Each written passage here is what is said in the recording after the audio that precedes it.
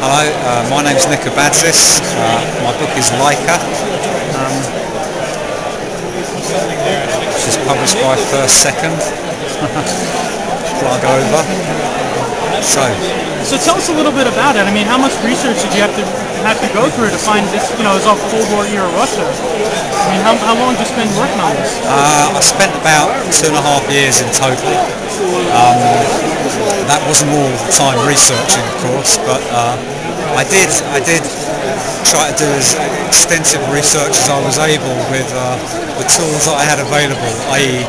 not that much money, but the internet and a lot of goodwill on the part of some journalists and space historians, and a very, very lovely librarian at the British Library, she was in charge of the Russian collection there, so she translated some stuff for me. So.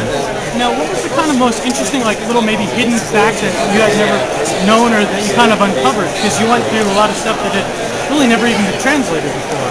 Yeah, probably the most interesting thing that came to light was something that I'm probably going to give away an important plot point for, but I'll do it anyway in the hope that people seeing this will have read the book already. And that was the fact that the capsule was opened up after Laika had been put in, and she was allowed to be given a drink of water. Lieutenant Colonel Yazdovsky ordered his dog's minders to do this. It was strictly against the rules at the time, by all accounts, and that was one of the facts that my Russian librarian sorted out for me. So, yeah, and that really gave me a fantastic scene in the book, which otherwise might not have occurred, because there's an awful lot of not disagreement, but details have been lost in time. It's very, very difficult to kind of ascertain precisely when Laika was put into the capsule, whether she was put in when the rocket was lying on its side, or whether she was put in when it had been hoisted upright. And if she was put in on her side, then it must have been very, very uncomfortable for her. So, you know, she would have been in and going through that kind of 90-degree arc.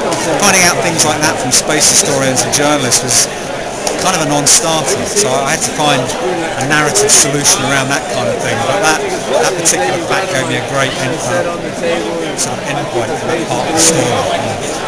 Now, you've done a lot of talks now at the Air and Space Museum. Yeah. How is kind of the general public, the non-comic reading on it? How have they been reacting to the book?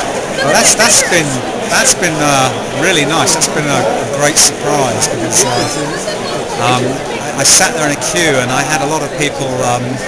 They got really interested in the cover. They got really interested in the pictures of the real Laika that I was projecting up. And I had a couple of people come along and they were saying, "This is a graphic novel, right?" I was like, "Yes," you know, and they were sort of putting two and two together.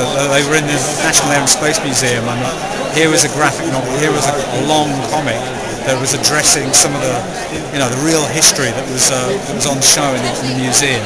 So it was really interesting to see. It was almost like a tipping point, you know. And after that, there was quite a queue. So that was very gratifying indeed. Can you tell us a little bit about your what project you have coming up? Yeah, sure. It's without giving too many details away. It's sort of about Western culture. It's about the immigration of other cultures to Western culture, and it's sort of a memoir based upon my own family's experiences. But the structure of the book that I'm aiming for will start in the 1950s in very grainy, dull, grey Middle England, and it will kind of come right up to the present day here in America and into the future.